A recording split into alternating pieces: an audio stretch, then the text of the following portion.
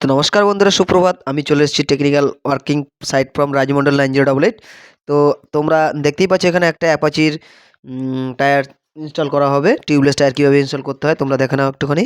তো দেখাচ্ছি তোমাদের। এই যে আমার ভাই দোকানের খুলছে চাকাটা, দেখতেই পাচ্ছ কীভাবে খুলছে। তো প্রথমে টায়ারটাকে এরকমভাবে খুলে নেওয়ার পরে এরকম রিংটাকে এরকম এসছে। তো রিংটার যদি ভেতরে কোনো এরকম দাগ ফাগ থাকে তো তোমরা তারপরে রিংটাকে ভালো করে সুন্দর করে একটু ঘষে মষে নেবে। ঘষে নেওয়ার পরে সুন্দর করে একটু পেন্ট করে নিতে হবে। আমি ঘষে নিচ্ছি।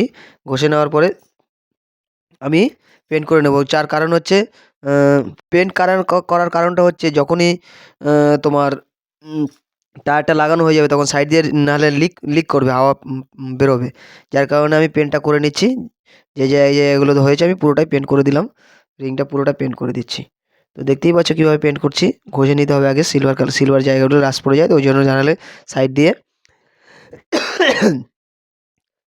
তো পেন্টটা করার পর আমি রোদ্দুরে দিয়ে দিয়েছি রিংটা শুকানোর জন্য। রোদ্দুরে শুকিয়ে গেলে তবে রিংটা তো রিংটা রোদ্দুরে শুকিয়ে গেছে। তো ভাইকে বললাম রিংটা নিয়ে আসতে, রিংটা নিয়ে চলে এসেছে। রোদ্দুরে রংটা শুকিয়ে গেছে। তো এখন কিভাবে রিংটা তোমার টিউবলেস টায়ার ফিটিং করবে দেখে নাও। প্রথমে হালকা করে একটু ভালো দেখে মোবিল, একটু যাতে বালি ফালি না থাকে সেরকম মোবিলটা নিয়ে নেবে। তারপর রিংটার গায়ে সুন্দর করে লাগিয়ে দেওয়া হবে, এরকম করে সুন্দর করে চারিদিকে রিংটা সুন্দর করে। বেশি মোবিল দেবে না আবার। তো বাচ্চা আসছে আমাকে দেখে, আমার মিস্ত্রি এটা, ছোটা মিস্ত্রি।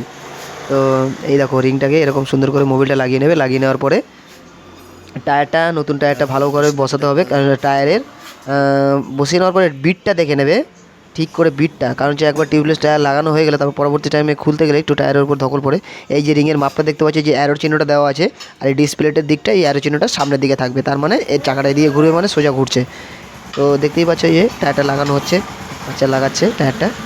তো আমার ভিডিওটা কেমন লাগলো অবশ্যই তোমরা জানিও বন্ধুরা। আমার পেজে একটুখানি তোমরা সবাই চ্যানেলটা একটু সাবস্ক্রাইব করে দিও, ফলো করে দিও সবাই। অবশ্যই ভালো থাকবে, সুস্থ থাকবে। তো দেখা হচ্ছে পরবর্তী নেক্সট ভিডিওতে।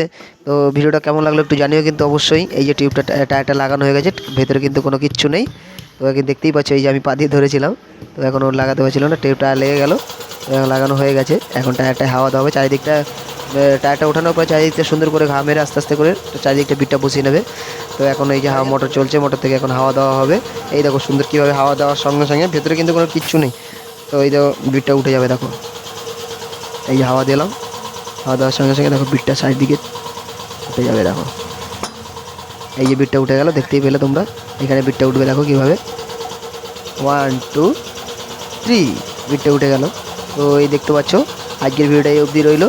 পরবর্তী ভিডিও বিটটা ওঠার পরে তোমরা দেখে নেবে চারদিকে রিংয়ের বিটটা উঠেছি কিনা সাইড দিয়ে, নাহলে এদিক ওদিক হলে আবার সমস্যা আবার হতে পারে, যার কারণে।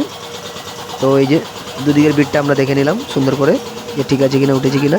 দুদিকের বিটই আমার টায়ারে ঠিকঠাক উঠে গেছে। তো এখন টায়ারটা লাগিয়ে গাড়িটা ফুল সার্ভিসে দিয়েছিল, যার কারণে স্ট্র্যাপগুলো একটু গ্রিস ফ্রিজ করে দিলাম। তো টায়ারটা লাগানো হয়ে গেছে। এখন টায়ারটা ফিটিং করার পালা। এর বাচ্চা লাগাচ্ছে, টায়ারটা ফিটিং করে দিচ্ছে সুন্দরভাবে। তো টায়ারটা ফিটিং হয়ে গেছে ভালোভাবে। তো থ্যাংক ইউ বন্ধুরা, আমার ভিডিও দেখার জন্য অসংখ্য ধন্যবাদ। চ্যানেলটা লাইক সাবস্ক্রাইব করে দেবেন প্লিজ, পাশে থাকবেন। আর নতুন নতুন কিছু শেখার জন্য অবশ্যই ভিডিওটা লাইক করে দেবেন। ধন্যবাদ, নমস্কার, টাটা।